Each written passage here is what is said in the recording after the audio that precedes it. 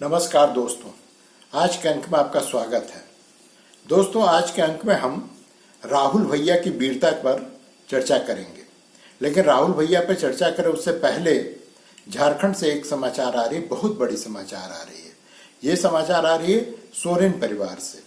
सोरेन परिवार की जो बहू है, बड़ी बहू है सीता सोरेन, उन्होंने आज अपने विधायकी से और साथ ही झारखंड मुक्ति मोर्चा के प्राथमिक सदस्य से त्यागपत्र दे दिया है। उन्होंने पार्टी छोड़ दिया है और उन्होंने अपने पत्र में पार्टी और अपने परिवार पर उपेक्षा का आरोप लगाया कि उनकी बेटी और उनके साथ जो उपेक्षा हो रही है उसके कारण वो पार्टी से त्यागपत्र दे रही हैं।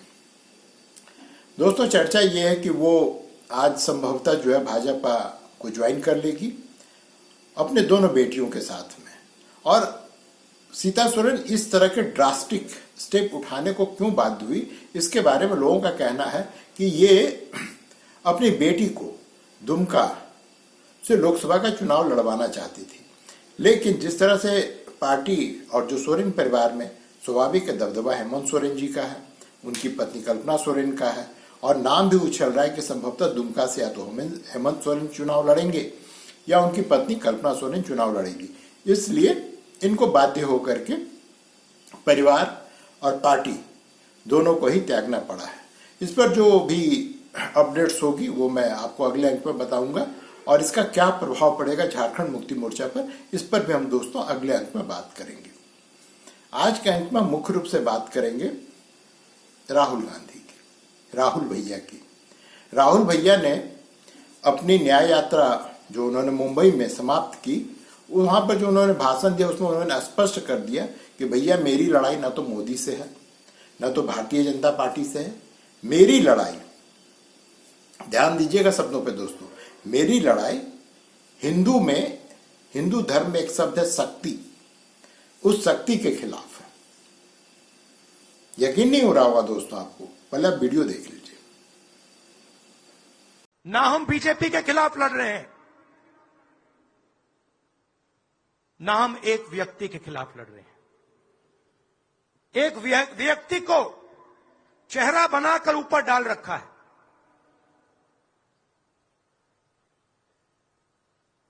हिंदू धर्म में शक्ति शब्द होता है। हम शक्ति से लड़ रहे हैं। तो जैसा कि दोस्तों आपने वीडियो में स्पष्ट देखा कि राहुल गांधी अब शक्ति के खिलाफ चुनाव लड़ेंगे। अब शक्ति का मतलब हिंदू धर्म में क्या होता है सबको पता है दोस्तों। इसका मतलब सीधा सीधा होता है मातृशक्ति। मातृशक्ति कौन है? वो हमारी दुर्गा है, सरस्वती है, लक्ष्मी है। और इन शक्तियों के खिलाफ राहुल गांधी ने घोषणा कर दी कि अब उनका लड़ाई शक्ति से है। हिंदू धर्म में जो शब्द है शक्ति, उसके खिलाफ उनकी लड़ाई है और जारी रहेगी। इसको सुनने के बाद मुझे कुछ जो पहली बार इन्होंने जो दक्षिण से उत्तर की ओर जो भारत यात्रा की थी, उस दौरान ये मिले थे जॉर्ज पुनैया से, पादरी है वो। और जॉर्ज पुनैया और राहुल संवाद वो मुझे याद आ गई।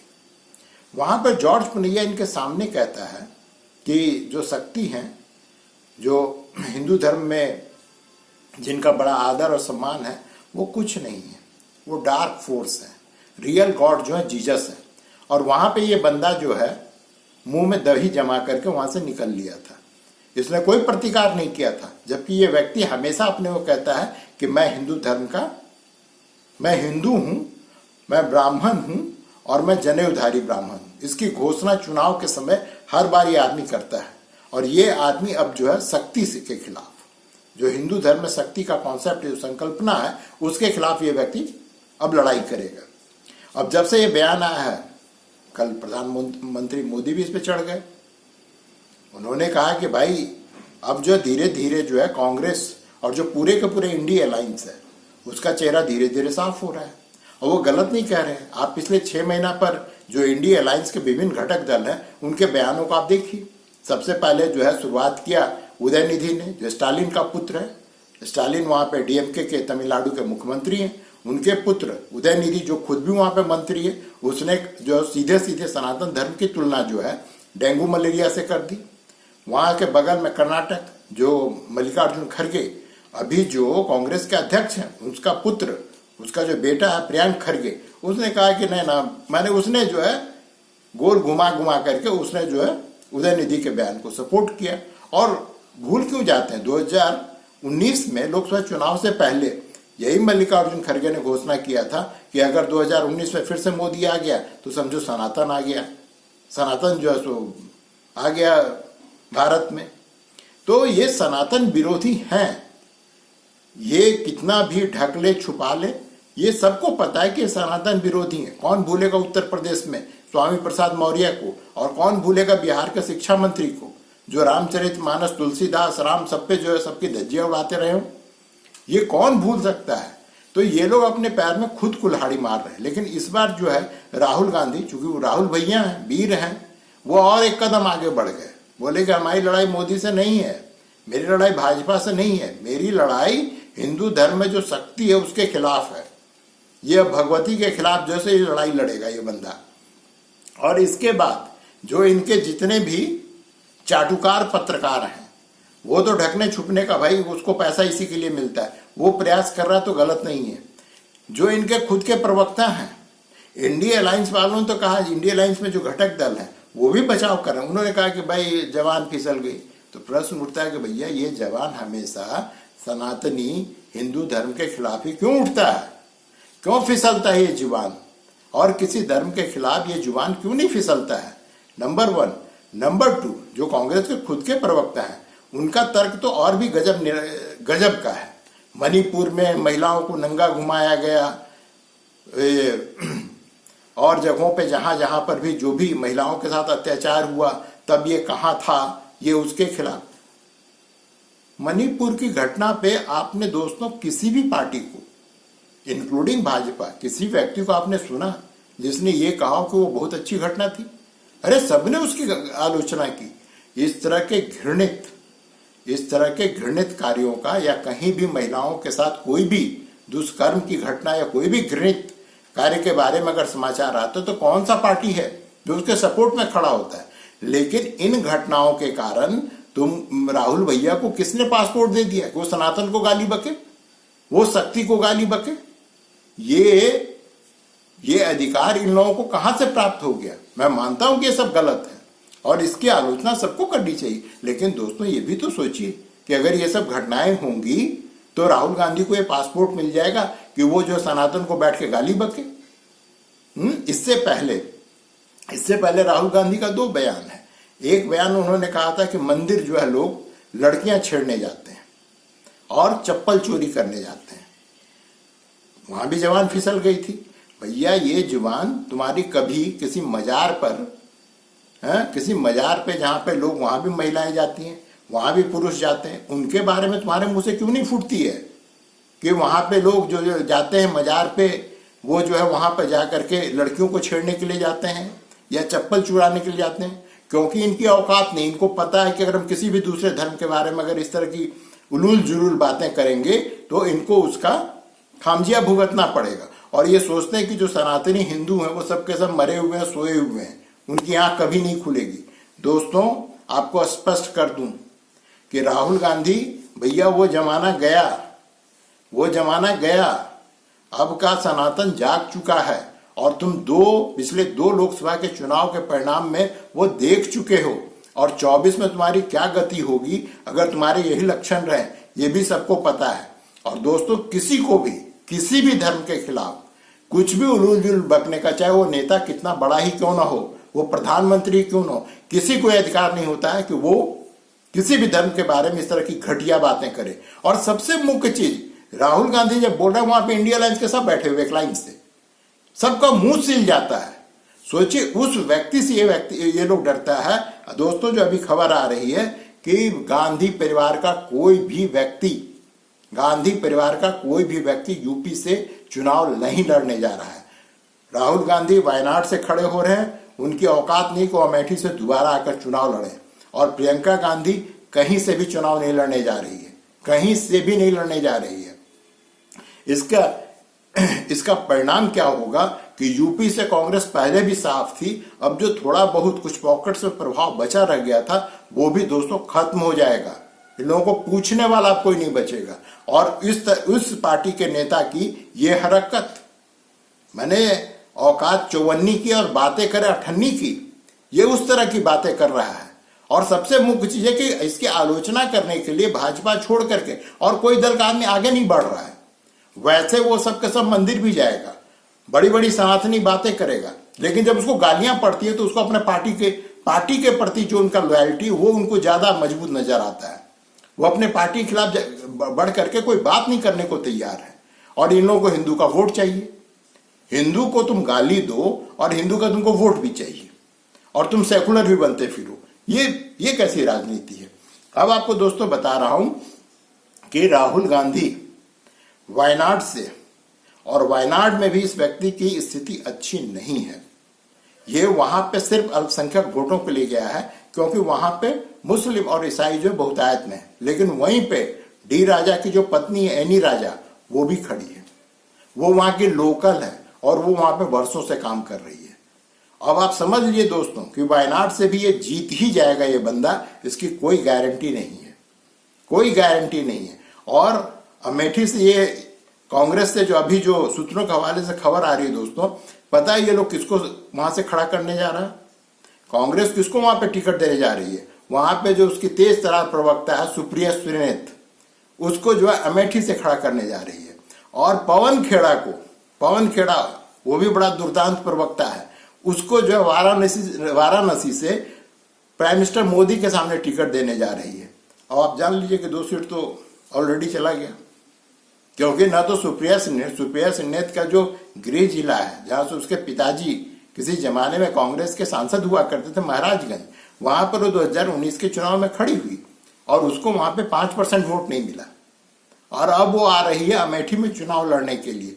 अब आप खुद ही जान लीजिए कि उसका 5% का जो वोट है वो भी बचा रहेगा कि नहीं रहेगा, वो भी खत्म हो जाएगा। तो ये तो बात रही दोस्तों कांग्रेस के पक्ष की। अब दूसरे पक्ष जो बीजेपी है, बीजेपी पर कार्यकर्ताओं का भयानक दबाव है। दबाव नहीं, भयानक दबाव है। दबाव ये है कि नुपुर शर्मा, भूल तो नहीं कि नुपुर शर्मा को सरतन से जुदा ब्रिगेड जो है उसके खिलाफ क्या क्या बातें नहीं की थी। वैश्विक स्तर पे जो मुस्लिम देश हैं उन लोगों ने उसके बयान पर किस तरह से रिएक्ट किया था। उस नुपुर शर्मा को, जो कि अभी अंडरग्राउंड है, भाजपा कार्यकर्ताओं का कहना है कि आप उनका निलंबन वापस लीजिए, वो अपने नेताओं से कह रहे हैं, और उनको रायबरेली से आप टिकट दीजिए, जहां पर कभी सोनिया गांधी सांसद हुआ करती थी। सांसद हुआ क्या करती थी 2019, अभी तक तो सांसद हैं ही, अब वो राज्यसभा में चलेंगे राजस्थान से। उस सीट पर नुपुर शर्मा को टिकट देने की बात हो रही है। और अगर ऐसा हो जाता है तो पूरे देश की निगाहें रायबरेली पर ही होगी। और दूसरी सीट जो इस चुनाव में संभवतः बहुत ही आकर्षण का केंद्र बनेगा वो है मैनपुरी की सीट। दोस्तों मैनपुरी जो है मुलायम सिंह का गृह जिला है। मुलायम सिंह वहीं से अपनी राजनीति की शुरुआत किए थे।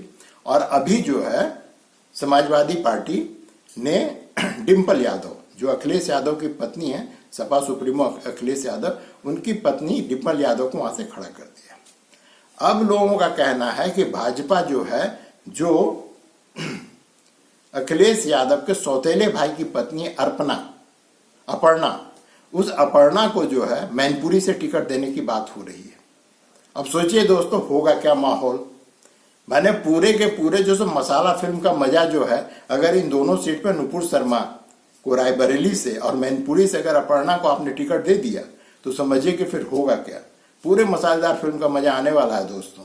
लेकिन इन सब से परे गांधी परिवार का अब जो है नॉर्थ इंडिया में, पूरे उत्तर भारत में कोई भी फ्यूचर दिखाई नहीं दे रहा है। उनका कोई भविष्य नहीं है और इसके लिए वो खुद ही जिम्मेदार है। इसके लिए दो मुख्य फैक्टर हैं, उसके बारे में मैं अवश्य बात करूंगा। पहला फैक्टर ये है कि जब दिमाग में ये आ जाता है कि जनता का हम सेवक नहीं है, जनता मेरा सेवक है। अमेठी और रायबरेली में स्थिति है। गांधी परिवार ये सोचता है कि जो यहाँ के लोग हैं उन पर हम एहसान कर रहे हैं यहाँ से खड़ा होकर के, और वो मेरे सेवक, वो हमको वोट देंगे। जबकि अन्य जगहों पे जो भी व्यक्ति खड़ा होता है वो भी झूठ बोल रहा होता है, लेकिन वो ये कहता है कि मैं आपकी सेवा करने के लिए आया हूँ। यहाँ पे उलट है, ये कहते हैं कि मैं आया हूँ तुम मेरी सेवा करो। अब इस मानसिकता से बाहर निकलिए। ये 21st सेंचुरी का भारत है, ये नया भारत है। और दूसरी दोस्तों, इसी से जुड़ा हुआ एक दूसरा कारक भी है, वो ये है दोस्तों कि आप देखिए पिछले 20 साल में, इंडिया की बात छोड़िए, आप अमेरिका या किसी भी यूरोपियन कंट्री में जितने भी बड़े बड़ी कंपनियां, उसके जो मुख्य पदाधिकारी, जो उसके सीईओ हैं, वो सबके सब भारतीय हैं। और ये वो भारतीय हैं जो किसी बड़े टाटा बिरला घर में पैदा नहीं हुए थे। ये सबके सब मध्यम वर्ग, निम्न मध्यम वर्ग परिवार से आते हैं। इनके माँ बाप ने अपने एक रोटी कम खा करके अपने बच्चों को आईआईटी या अन्य संस्थाओं में, जो प्रीमियर संस्थाएं हैं हमारे भारत की, वहां पर उन्होंने बच्चों को अपना पढ़ाया। वो मेधावी छात्र थे। वो अपने बल पे आज जो है बड़े बड़े कंपनियों के मुख्य पदाधिकारी बन के बैठे हैं। अर्थात राजा के पेट से राजा पैदा नहीं हो रहा है। अब जो ये पदाधिकारी वर्ग आ रहे हैं, ये सबके सब जो है अपने बलबूते पे परिश्रम करके वो वहां तक पहुंच रहे हैं। और इसी कड़ी में आप प्राइम मिनिस्टर मोदी का नाम भी जोड़ सकते हैं। और जोड़ना क्या, मैंने है ही वो भाई, एक चाय बेचने वाला आदमी, एक सामान्य घर का आदमी जिसका कोई राजनीतिक बैकग्राउंड नहीं है, वो इस देश में अपने संघर्ष, अपनी मेहनत के बल पे देश का प्रधानमंत्री बन सकता है। अर्थात यहाँ पे जो परिवारवादी राजनीति थी, जो ये सोचते थे कि राजा का बेटा ही राजा होगा, जो सांसद है उसका बेटा ही सांसद होगा, इस मिथ को बहुत ही, आपको क्या कहें, मैंने बेदर्दी के साथ तोड़ा गया है। और ये किसी भी देश के लिए बहुत ही अच्छी बात है, बहुत अच्छी खबर है कि वहां पर टैलेंट को प्रश्रय दिया जा रहा है। जो टैलेंटेड है वही अब आगे बढ़ रहा है। अब इस जगह पे ये दोनों भाई बहन जो है, राहुल गांधी और प्रियंका गांधी, अब आप मैं इसके बारे में कुछ, आप खुद उनका मूल्यांकन कीजिए कि उनका क्या ट्रैक रिकॉर्ड रहा है। उन्होंने कौन से ऐसे महान कार्य किए जिसके कारण इन दोनों भाई बहनों को आप जो है प्रधानमंत्री बनते देखना चाहते हैं। चटुकारिता छोड़ करके और कोई फैक्टर आपके पास में है, कोई कारण आपके पास बताने को है कि आप कहें कि भाई इस व्यक्ति ने ये महान कार्य किया, इसलिए इसको जो है प्रधानमंत्री बना देना चाहिए। मैंने इनके पास, इनका क्वालिफिकेशन सिर्फ इतना है कि ये राजीव गांधी के बेटे बेटी हैं, इंदिरा गांधी के पोते पोती हैं, और नेहरू के जो है नेहरू जो है इनके परनाना रहे।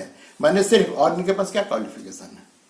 अगर ये व्यक्ति किसी सामान्य घर में पैदा हुआ होता है, ये दोनों भाई बहन, तो आप सोच भी सकते हैं, कल्पना भी कर सकते हैं कि ये आदमी इस तरह की बड़ी बड़ी और घटिया बातें करता। जो व्यक्ति कहता है कि मेरी लड़ाई मोदी से नहीं है, मेरी लड़ाई भाजपा से नहीं, मेरी लड़ाई हिंदू धर्म जो शक्ति है उसके खिलाफ ये लड़ाई है, ये कहने की हिम्मत कर सकता कोई कर सकता है? ये भगवती से के खिलाफ ये लड़ाई लड़ेगा। और सबसे मुख्य ये कि उससे भी दुखद ये कि जो इनके चापलूस है, चाटुकार है, वो इसकी पीठ ठोकते हैं। अगर एक बार जो इसके चाटुकार हैं, अब डर ये है कि भाई राजा को कौन कहेगा कि तुम नंगे हो। ये नंगा तो है, लेकिन किसकी हिम्मत है, किस दरबारी की हिम्मत है कि वो कह सके कि भाई तुम नंगे हो। और ये जान लीजिए दोस्तों, जिस दिन इनके दरबारी इनको बताना चालू कर देंगे कि तुम नंगे हो, उसी दिन कांग्रेस के हालात सुधर जाएंगे। दुर्भाग्य यह है कि ये कहने की हिम्मत किसी भी कांग्रेसी में आज के तारीख में नहीं है, किसी भी कांग्रेसी में नहीं है। यही कारण है कि जो कांग्रेस है वो रसातल में जा रहा है। जो उसकी विरासत है, जो उसने स्वतंत्रता आंदोलन में भाग लिया, अच्छा बुरा जो भी उसने किया, लेकिन उसने भाग लिया, उस विरासत को ये लोग पूरे की पूरी बर्बाद कर रहे हैं। बर्बाद कर रहे हैं क्या कि बर्बाद कर चुके हैं। और एक और चीज दोस्तों लिख करके रख लीजिए कि कांग्रेस अपनी इन्हीं हरकतों के कारण इस बार 2024 में अपने न्यूनतम स्तर पे जाने वाला है। संभवतः ये 40 का आंकड़ा भी नहीं पार कर पाएगा। इसको आप लिख करके रख लीजिए दोस्तों। आज के लिए बस इतना ही। अगले अंक में मिलते हैं तब फिर, क्योंकि ये तो चुनाव का मौसम है, हर दिन नई खबर, नई बातें। तब तक के लिए दोस्तों नमस्कार, जय हिंद।